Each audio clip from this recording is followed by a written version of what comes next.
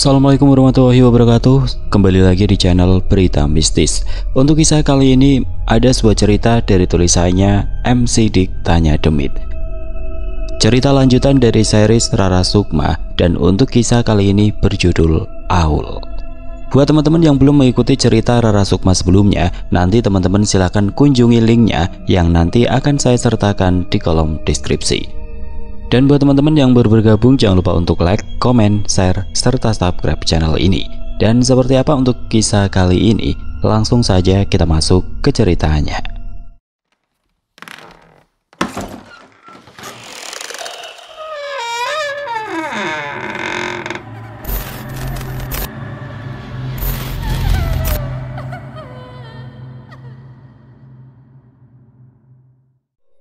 Di pagi itu ada sebuah pemandangan berbeda yang terlihat di salah satu desa di salah satu gunung yang ada di selatan Jawa Barat. Tidak seperti biasanya, terdengar suara orang-orang berjalan begitu terlihat tergesa-gesa tanpa ada satu orang pun yang berbicara. Mereka semua hening. Hanya suara langkah mereka yang melangkah ke tujuan yang sama. Suasana pun mendadak ramai di salah satu rumah warga. Rumah warga itu adalah rumah yang paling besar di desa tersebut. Rumah itu memang jarang dihuni sehingga seringkali nampak kosong. Namun para pemilik dari rumah itu sangatlah dihormati oleh mereka semua. Sehingga ketika kejadian ini terdengar oleh seluruh warga, mereka berbondong-bondong untuk datang ke rumah itu dan meninggalkan pekerjaan mereka sebagai petani dan pencari madu di hutan pagi itu. Nampaknya mereka sedang berduka karena salah seorang penghuni rumah itu meninggal di hari ini. Sudah menjadi salah satu tradisi di desa. Apalagi ada yang meninggal, mereka akan ikut membantu untuk proses pemakaman. Para warga sengaja menghentikan aktivitasnya di hari itu untuk membantu proses pemakamannya. Terlihat pula isak tangis dari para ibu-ibu yang datang di hari itu. Mereka tahu, orang yang ditinggalkan adalah orang yang membantu mereka di desa.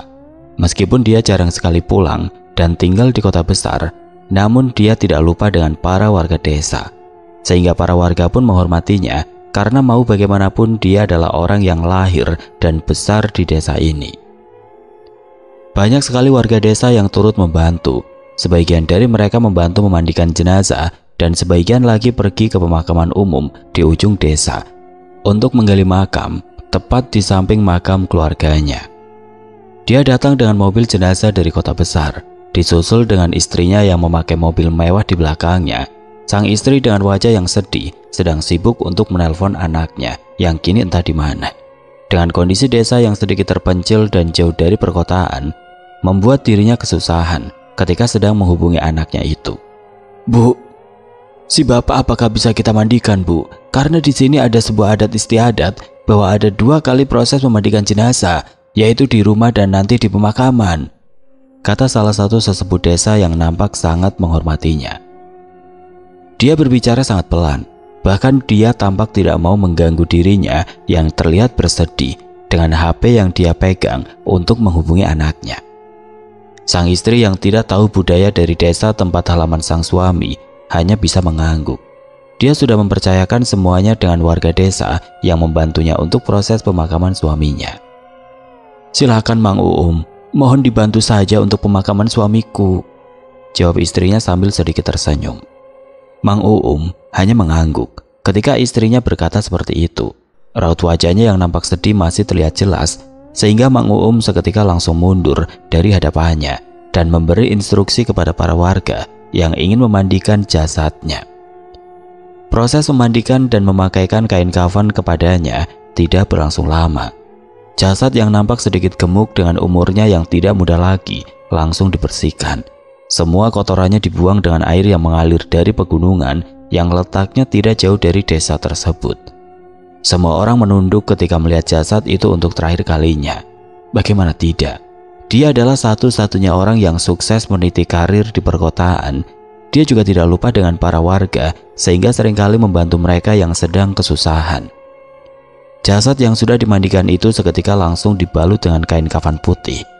Kepalanya kini ditutup secara perlahan, bahkan kini ujung kepalanya diikat bersamaan dengan kedua kaki dan tubuhnya.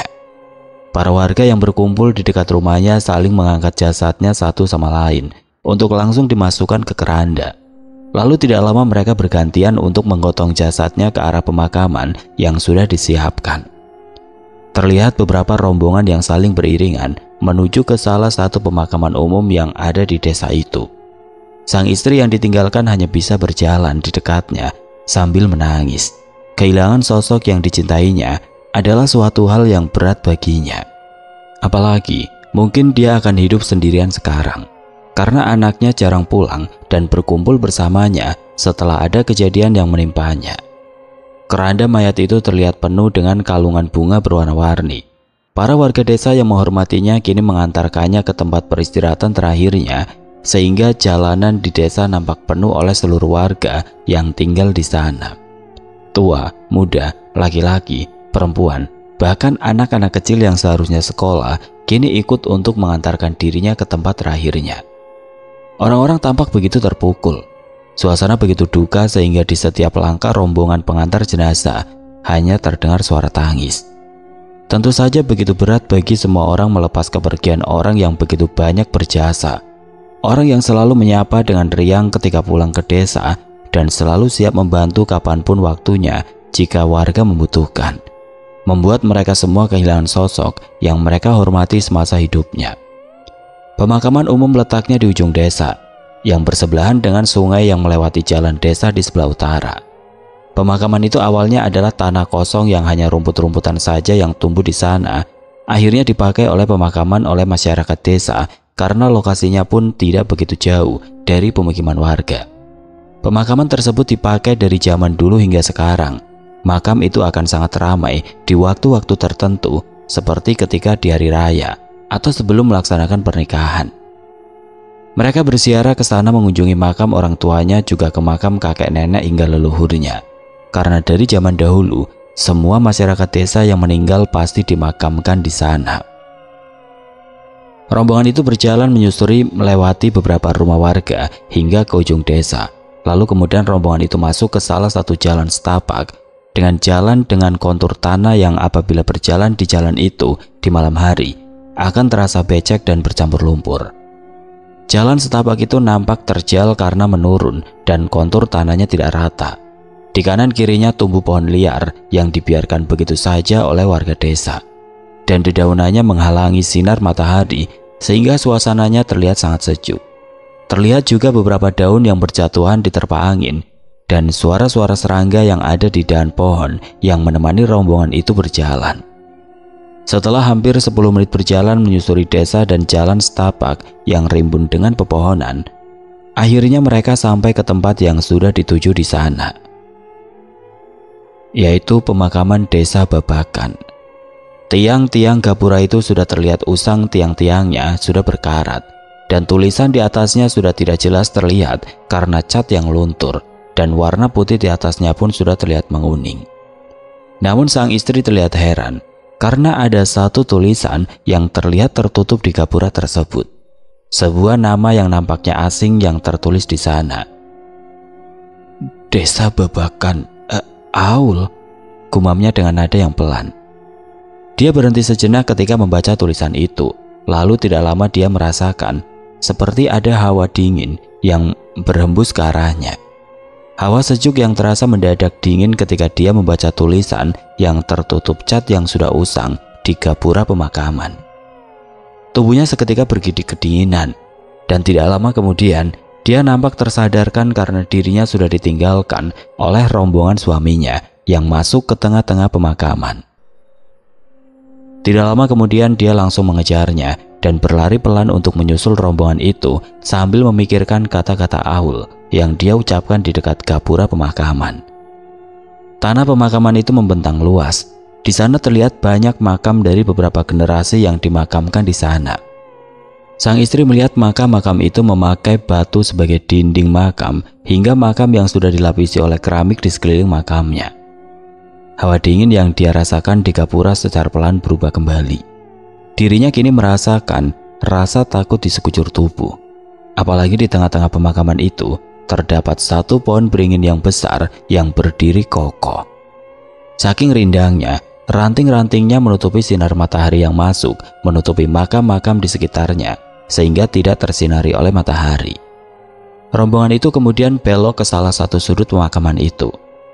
Di sana terdapat salah satu beberapa dengan dinding batu dan pohon yang tumbuh di atas makamnya.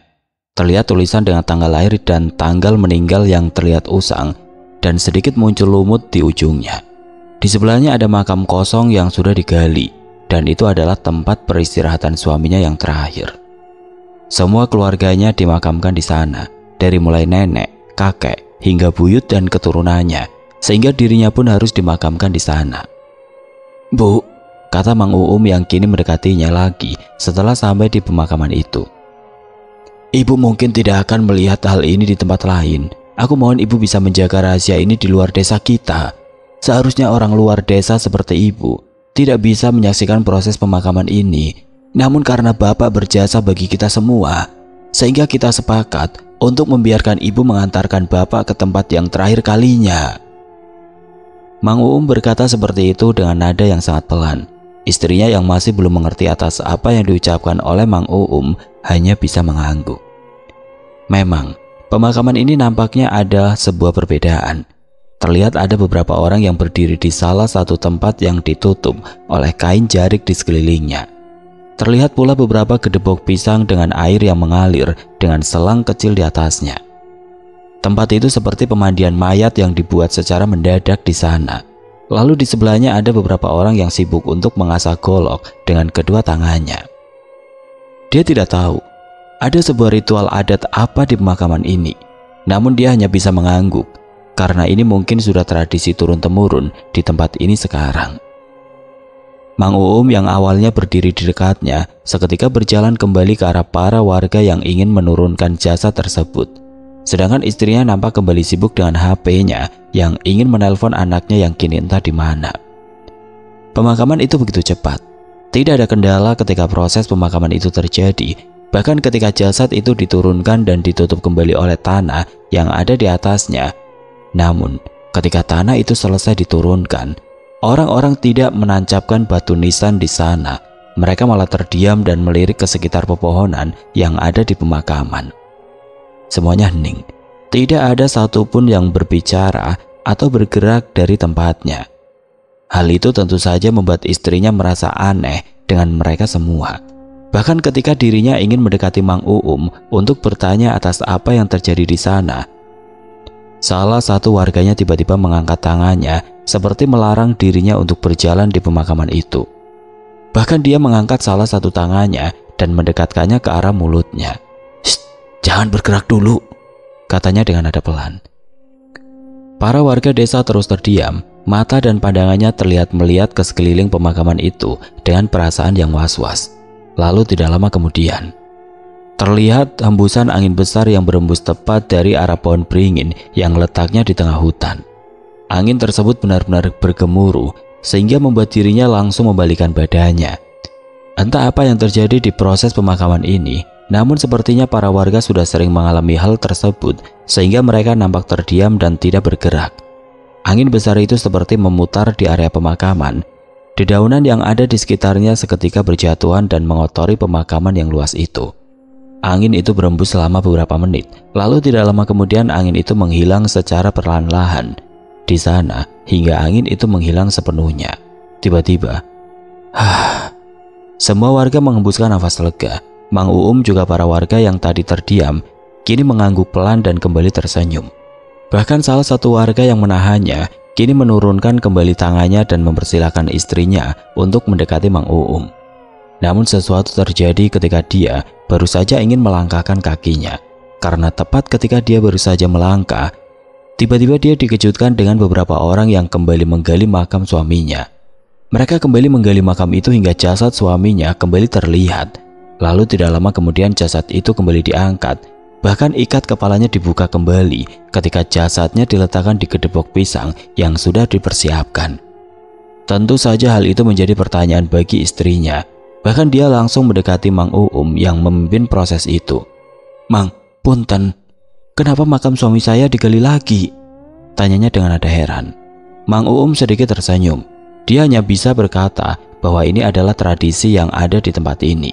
Dan hal ini memang sudah terjadi ratusan tahun lamanya sehingga hal ini sudah biasa dilakukan ketika ada warga yang sudah meninggal.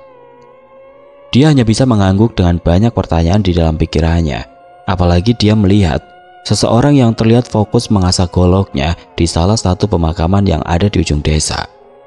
Entah apa yang akan dilakukan terhadap suaminya, namun dia merasakan hal yang aneh atas hal tersebut, sehingga dia kembali bertanya tentang ritual yang akan dilakukan sekarang. Memangnya Mang, apa yang akan dilakukan terhadap jasad suamiku sehingga harus digali lagi? Apalagi katanya jasad itu harus dimandikan lagi sekarang. Tanyanya dengan nada penasaran. Mang Uum kembali mengangguk. Awalnya dia nampak enggan untuk menjelaskannya, namun di hadapannya kini ada seorang istri yang dihormati oleh semua warga desa, sehingga dia mau tidak mau harus menjelaskan apa yang terjadi di sana. Jadi begini Bu, jasad si bapak harus dimandikan lagi karena nanti ada darah yang keluar sehingga ketika dimakamkan kembali akan bersih kembali. Mungkin ibu tidak akan menemukan adat seperti ini di tempat lain.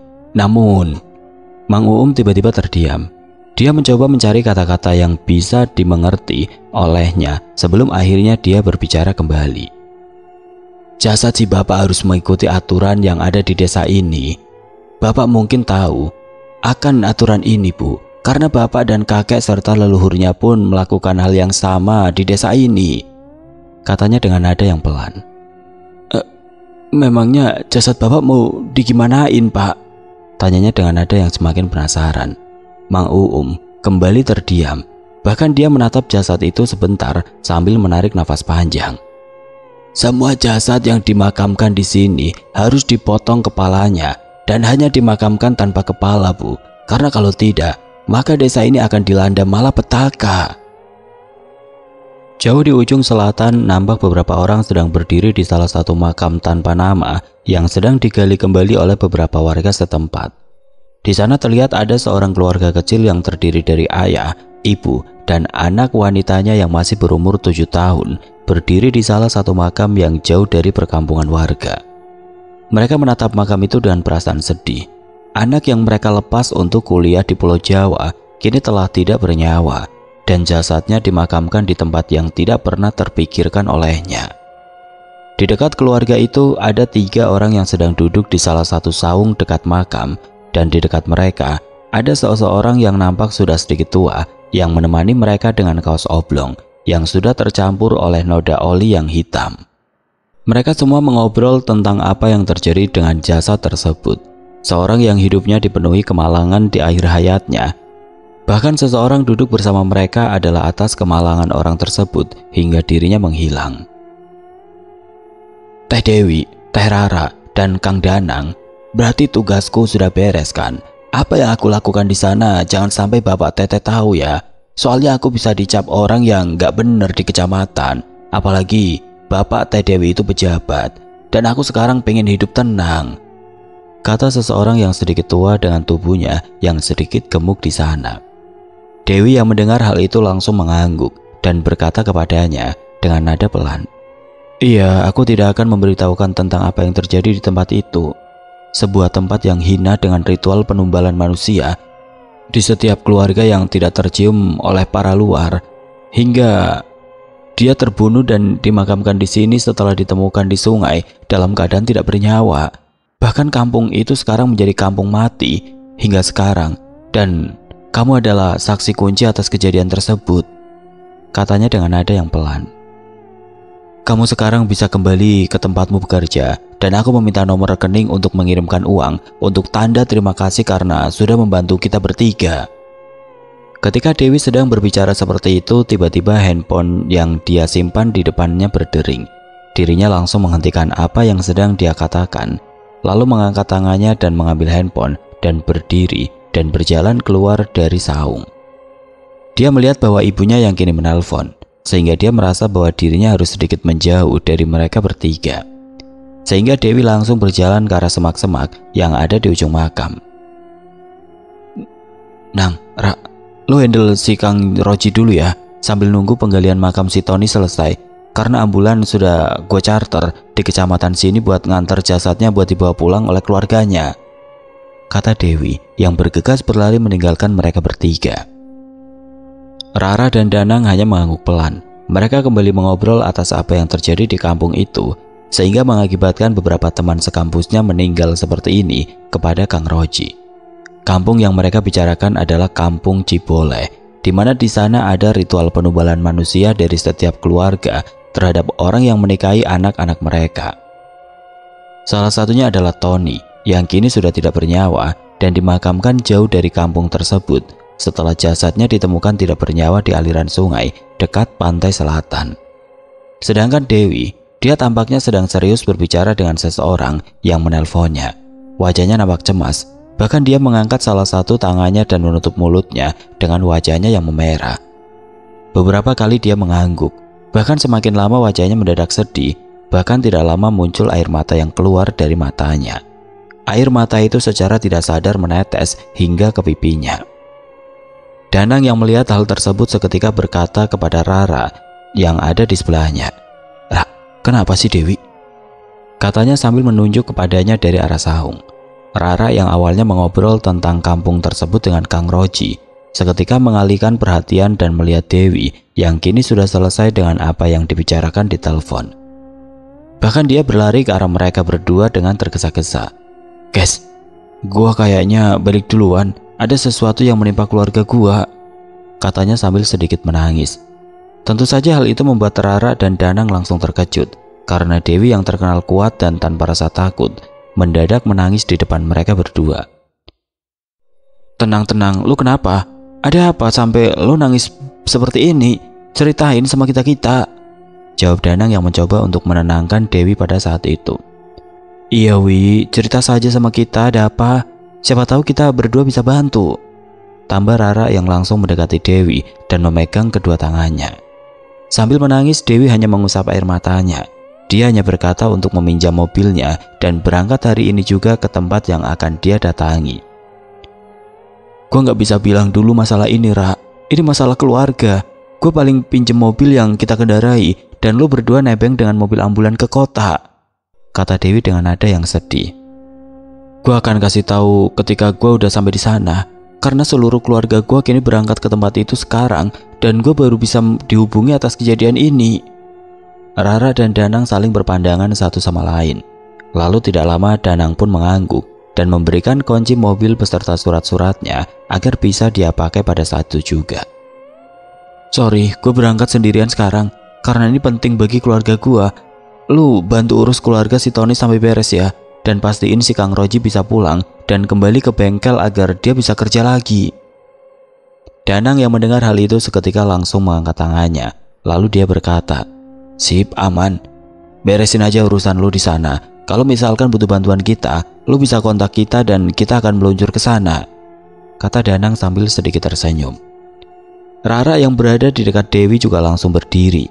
Dia langsung memeluknya dan berkata, "Hati-hati ya Wi, ntar kita nyusul ke sana ya setelah ini selesai." Dewi mengangguk. Dia memeluk erat Rara yang menjadi sahabatnya. Lalu tidak lama kemudian dia berjalan ke arah keluarga Tony yang masih menunggu pengangkatan jasad anaknya. Lalu tidak lama kemudian dia pamit dan berjalan meninggalkan kita semua yang ada di sana untuk menuju tempat yang menjadi kampung halaman ayahnya. Sore hari di desa Babakan kini nampak sibuk. Sebuah desa letaknya diapit oleh persawahan yang luas dengan banyak sekali hutan bambu yang mengelilinginya, membuat desa Babakan lebih terpencil dari apa yang dilihat oleh para warga dari luar desa. Memang, desa Babakan adalah sebuah desa baru yang dimekarkan dari desa di ujung persawahan. Desa ini mungkin umurnya tidak selama desa-desa yang ada di sekitarnya. Mereka membuat desa baru ini karena lebih dekat dengan hutan bambu yang ada di belakang mereka. Apalagi pada zaman dahulu, bambu adalah sesuatu benda yang dibutuhkan untuk membuat rumah dan jembatan. Sehingga wajar saja banyak sekali warga yang menanam bambu di tempat ini. Dari hal itulah, akhirnya orang-orang yang awalnya berjalan melewati persawahan yang luas, itu kini mulai menetap dan membangun rumah sendiri, hingga sebuah desa dan kini menjadi desa Babakan yang dikenal oleh para warga. Warga di desa Babakan memang terkenal akan gotong royongnya. Sebuah desa yang sedikit terpencil membuat mereka saling bahu-membahu ketika ada orang yang meninggal di desa seperti saat ini. Namun ada pemandangan berbeda sekarang, di mana para warga sekarang berkumpul di salah satu rumah sesepuh desa, yaitu rumah Mang Uum. Seseorang yang dituakan di desa dan dihormati oleh para warga hingga hari ini. Mereka datang sepulangnya dari sawah dan ladang setelah proses pemakaman di pagi harinya. Dengan baju dan celana yang nampak kotor serta berlumpur, mereka datang satu persatu untuk membicarakan tentang apa yang sedang terjadi di desa mereka pada saat itu. Mereka melangkahkan kaki dari kebun dan sawah menuju jalan. Kemudian para warga itu belok ke arah kiri menuju rumah Mang Uum yang letaknya tidak terlalu jauh di sebuah gapura kecil yang merupakan pintu masuk ke desa Babakan. Banyak dari mereka yang berkumpul di sore itu. Apalagi terlihat ada salah satu warga yang datang sambil membawa kerbau dan berjalan menyusuri jalan desa yang berbatu. Jalan desa Babakan memang belum diaspal seperti jalan pada umumnya yang ada di perkotaan. Sehingga apabila kemarau jalan akan berdebu dan ketika hujan tiba jalan akan becek karena terkena air hujan. Rumah Mang Uum memang rumah yang sederhana, layaknya rumah-rumah yang ada di desa pada umumnya. Di sebelah rumah Mang Uum terdapat saung, sebuah saung yang sengaja dibuat agak besar, tempat para warga berkumpul atau sekedar bercengkrama dengan Mang Uum untuk menghabiskan waktu. "Sampurasun," kata salah satu warga datang dan duduk sambil menyalami mereka. "Rampes," para warga kompak menjawab salamnya. "Sudah semua ini, atau masih ada yang belum datang?" kata Mang Uum yang melihat ke semua warga yang ada di sekitar mereka. Semua warga saling bertatapan satu sama lain, bahkan mereka melirik ke arah jalan dan kerbau yang diikat di dekat jalan oleh salah satu warga. Lalu tidak lama mereka melirik lagi ke arah Mang Uum dan memastikan bahwa mereka sudah lengkap dan apa yang akan mereka bicarakan sudah bisa dimulai di sore itu. Akhirnya Mang Uum mulai untuk berbicara. Para warga yang datang ke sana pun dengan sigap memperhatikan apa yang dikatakan oleh Mang Uum di sore itu. "Kita tahu kalau Bapak Dadan meninggal tadi malam karena serangan jantung yang mendadak. Dan hari ini kita memakamkan Bapak Dadan di kampung ini, di tempat tinggalnya dan tempat kelahirannya," kata Mang Uum dengan lantang. Namun, Mang Uum tiba-tiba terdiam. Dia melirik ke semua warga yang berkumpul dengannya dengan tatapan yang serius. Setelah itu dia sedikit menunduk dan mengambil satu batang rokok yang menyala. Lalu dia menghisapnya sebelum akhirnya dia berkata kembali. "Proses pemakaman adat yang sudah kita lakukan dari zaman leluhur kita kini terganggu. Dan kita tidak bisa menyelesaikan pemakaman itu hingga hari ini.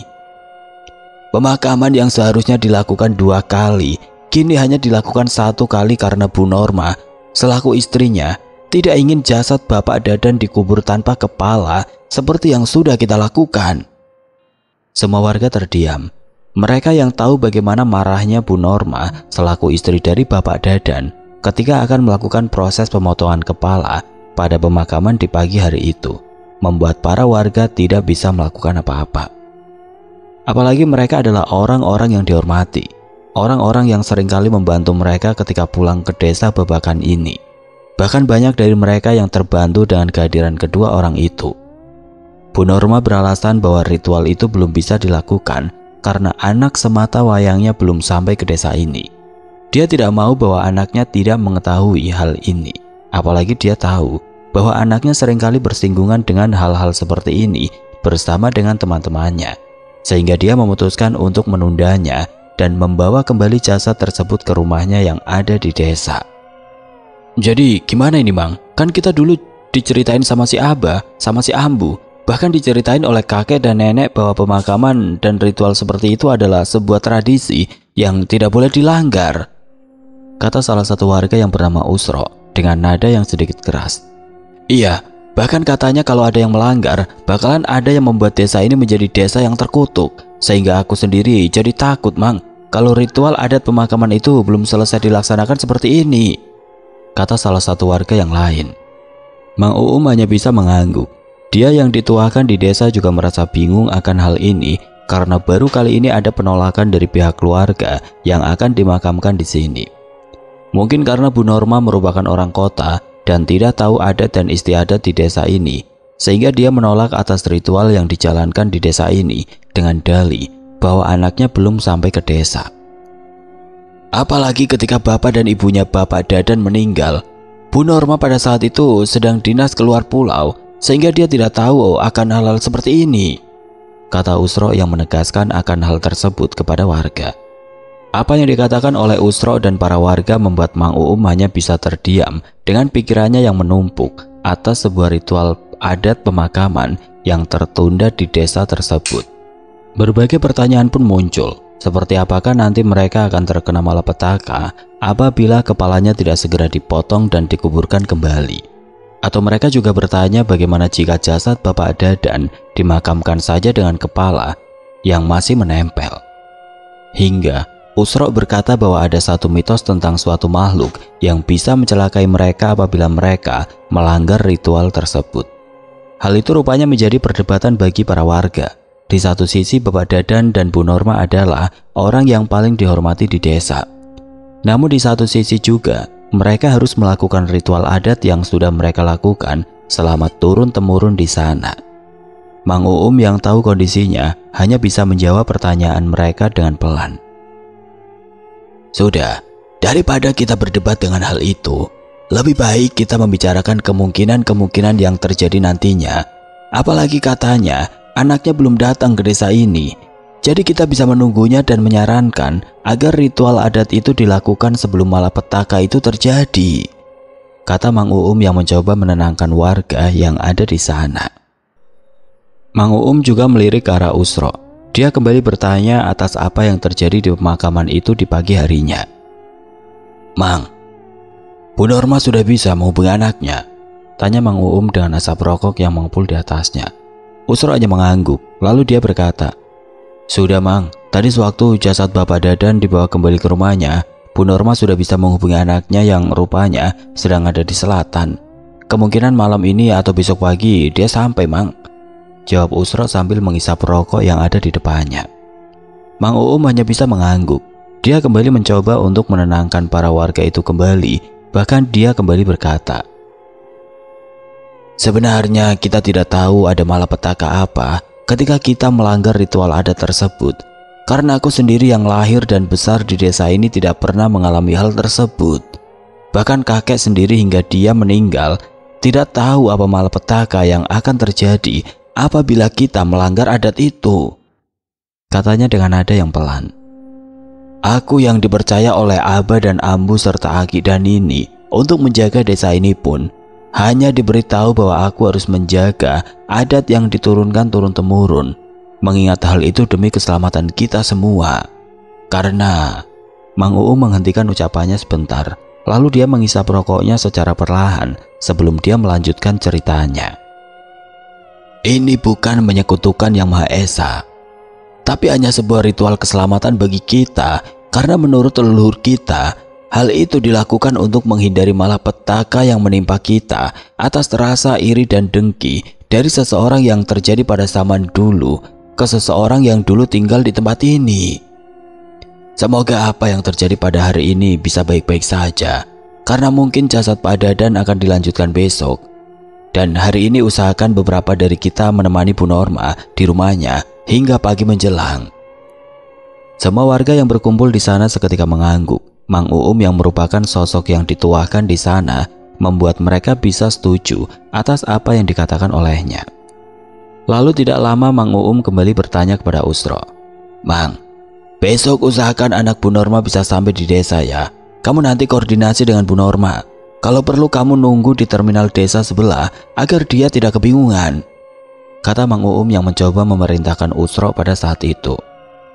Karena kita tahu anaknya ini belum pernah sekalipun menginjakan kakinya di desa ini, apalagi dia anak dari kota, jadi takut shock dengan keadaan desa yang seperti ini. Masalah adat dan ritual pemakaman yang sempat terhenti, nanti biarkan aku yang membujuk anaknya, karena ini sudah peraturan tidak tertulis di tempat ini yang mengharuskan Bapak Dadan kita potong kepalanya dan mengunci kepalanya di tempat yang sudah kita siapkan untuknya. Siapa tahu apabila anaknya setuju, maka Bu Norma akan setuju juga untuk menyelesaikan ritual pemakaman yang tertunda di hari ini. Usro yang mendengar hal itu hanya bisa mengangguk, dan ketika Mang Uum berkata seperti itu, tidak ada lagi pendapat-pendapat dari para warga yang lainnya sehingga mereka menyetujui atas apa yang dikatakan Mang Uum di sore itu. Sinar matahari yang awalnya terang kini mulai redup. Bahkan ketika mereka membubarkan diri, langit di atas sana sudah digantikan oleh sinar bulan bersamaan dengan bintang-bintang yang menemaninya di langit malam. Hawa dingin pegunungan sudah mulai terasa oleh mereka semua, sehingga mereka seketika langsung menyalakan senter yang mereka bawa dan berlari ke arah rumah-rumah mereka yang letaknya tidak jauh dari rumah Mang Uum pada saat itu. Suasana di desa Babakan yang awalnya ramai kini mendadak sepi. Bahkan tidak lama setelah mereka membubarkan diri, suara-suara jangkrik dan kodok sawah seketika muncul dan menghiasi malam di desa tersebut. Hanya ada seseorang yang terlihat masih duduk di saung, yaitu Mang Uum yang masih merokok dan menikmati suasana malam yang sepi ini. Dia hanya ditemani oleh beberapa gelas kopi yang sudah habis diminum oleh para warga, juga beberapa cemilan dan bungkus rokok yang berserakan di saungnya pada malam itu. Pikirannya melayang dengan ditemani oleh asap rokok yang mengepul di malam itu. Dia memikirkan tentang apa yang akan terjadi ketika ritual adat itu tidak selesai dilaksanakan. Malam yang semakin larut dengan bintang dan bulan di atasnya seperti sebuah irama yang pas dengan kondisi desa yang tenang untuknya, memikirkan tentang apa yang terjadi di hari itu. Dia tidak tahu apa yang akan terjadi dengan desa ini, karena setiap kali dia diceritakan oleh kedua orang tuanya dan kakek neneknya, hanya sebuah kata malapetaka yang keluar dari dalam mulutnya. Namun dia tidak tahu malapetaka apa yang akan hadir di desa ini. Hanya sebuah cerita yang menyeramkan bahwa ketika adat itu dilanggar, maka semua warga desa akan mendengar sebuah lolongan di ujung desa, dan ketika hal itu terjadi, maka dia harus bersiap-siap untuk melarikan diri karena malapetaka itu sudah datang. Mang Uum hanya bisa menghela nafas. Dia hanya bisa berdoa bahwa malapetaka itu tidak akan datang pada malam ini, dan semoga besok dirinya bisa membujuk anaknya yang sampai esok hari. Mang Uum seketika berdiri. Dia akhirnya turun dari saungnya dan memakai sendal jepit yang kotor dengan lumpur sawah yang sudah mengering. Dia berjalan secara perlahan ke arah jalanan desa, lalu tidak lama dia belok ke arah kiri ke arah rumah Bapak Dadan, yang merupakan rumah paling besar di desa tersebut. Semoga malam ini aman, dan aku tidak mendengar suara lolongan di ujung desa, seperti cerita yang pernah aku dengar dari Abah dan Ambu sebelum dia meninggal, gumamnya sambil menghisap rokok yang dia pegang. Oke teman-teman, sampai di sini dulu ceritanya. Nantikan kelanjutan kisah ini di video berikutnya. Agar tidak ketinggalan, klik tombol subscribe channel ini dan nyalakan lonceng notifikasinya. Wassalamualaikum warahmatullahi wabarakatuh.